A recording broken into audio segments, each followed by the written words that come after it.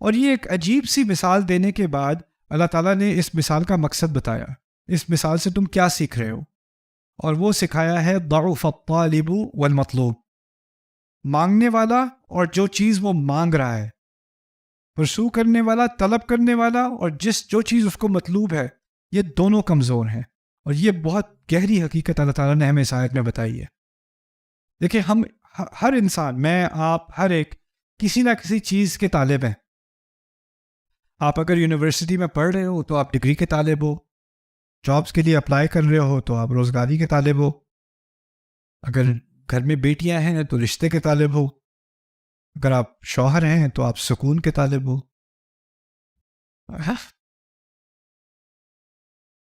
مختلف لوگ مختلف چیزوں کے طالب ہیں. تو ہوتا یہ ہے کہ ہم کسی نہ کسی چیز کے پیچھے پڑ جاتے ہیں. مجھے یہ چاہیے، مجھے یہ چاہیے، مجھے یہ چاہیے. پھر وہ ملتی نہیں ہے. اور جب وہ ملتی نہیں ہے تو ہماری کمزوری سامنے آتی ہے، کیونکہ وہ نہ ملنے کی وجہ سے ہم کمزور ہو جاتے ہیں. تو اللہ تعالیٰ نے اس حقیقت کی طرف، جب مجھے پہلے یہ بات سمجھ میں آئی جب میں ایب نارمل سائیکالوجی پڑھ رہا تھا. یہ آیت ہم نے ایک کیس پڑھا ایک لڑکے کا 1987 میں. وہ نیو یارک یونیورسٹی میں گیا. اس نے پی ایچ ڈی کی سائیکالوجی میں. اور اس وقت آپ کی کمپیوٹر فائلز تو تھی نہیں. اکثریت لوگ پرنٹ کر کے اپنا تھیسس دیتے تھے.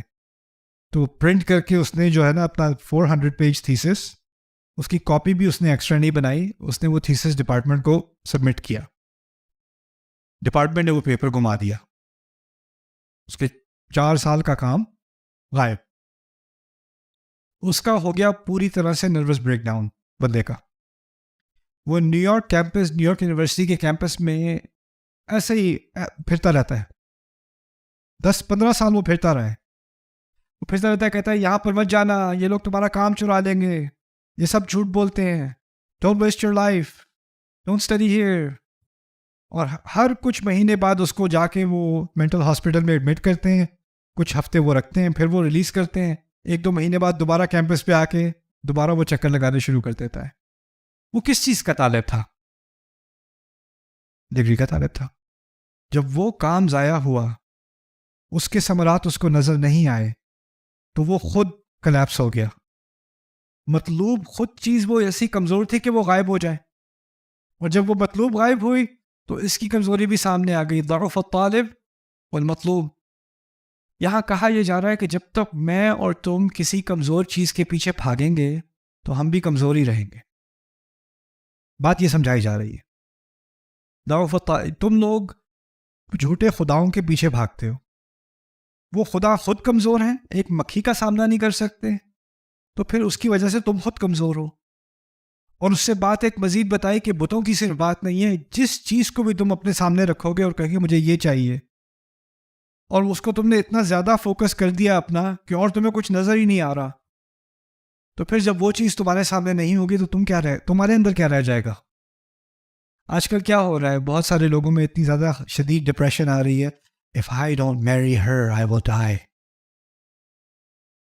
Yeah, if he leaves me, I will be dead. اس قسم کی ذہنیت کیا ہے؟ ضعف الطالب والمطلوب.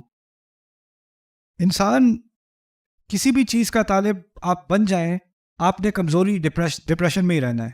ماں ہوتی ہے ڈپریشن میں آ جاتی ہے، میرا بچہ، میرا بیٹا اب بڑا ہوتا چلا جا رہا ہے، وہ زیادہ آزاد ہوتا چلا جا رہا ہے، اب اس نے ایک لڑکی بھی چن لی ہے شادی کے لیے، اب تو وہ اس کا ہو جائے گا، میرا نہیں رہے گا. تو ماں کو کمزوری، ڈپریشن، انگزائٹی آنی شروع ہو جاتی ہے. اور پھر وہ اس کو، بچے کو دوبارہ اپنی زندگی میں جیسے وہ پہلے تھا، پہلے والے کیوں نہیں ہو جاتے؟ کتنی جلدی میری بات، میں ایک دفعہ کہتی تھی، بھاگ کے آتا تھا جی ماما، اب نہیں آتا، اب تو کال بھی نہیں اٹھاتا، اب تو فون بھی نہیں اٹھاتا، کیا ہو گیا ایسے؟ اب ماں کو ایک انگزائٹی ہو رہی ہے، اس کے اندر ایک کمزوری ہے، اس کو ڈپریشن شروع ہو گئی ہے، اس کو غصہ آنا شروع ہو گیا ہے. اب اس کی ساری کمزوریاں کس لیے؟ کہ جو چیز اس کا مطلوب تھی اس سے دور ہوتی چلی جا رہی ہے. تو اس میں اللہ تعالیٰ یہ بات سکھا رہے ہیں کہ شاید تمہارا مطلوب غلط ہے. دیکھیں اگلی آیت میں اللہ نے یہی بات سکھائی ہے. کہتے ہیں ما قدر اللہ حق قدرہ، انہوں نے اللہ کی ایسی قدر نہیں کی جیسے کہ کرنی چاہیے تھی، جیسے کہ اس کا حق تھا. کیا بات کہی اشارے میں؟ تم ہر کمزور چیز کے پیچھے بھاگتے ہو. تمہیں بھاگنا چاہیے تھا کس کے پیچھے؟ اپنے رب کے پیچھے. اپنے رب کے پیچھے بھاگتے رستے میں نعمتیں آتی، رستے میں مشکلات بھی آتی، کبھی کبھی وہ نعمتیں تمہارے ہاتھ سے نکل جاتی.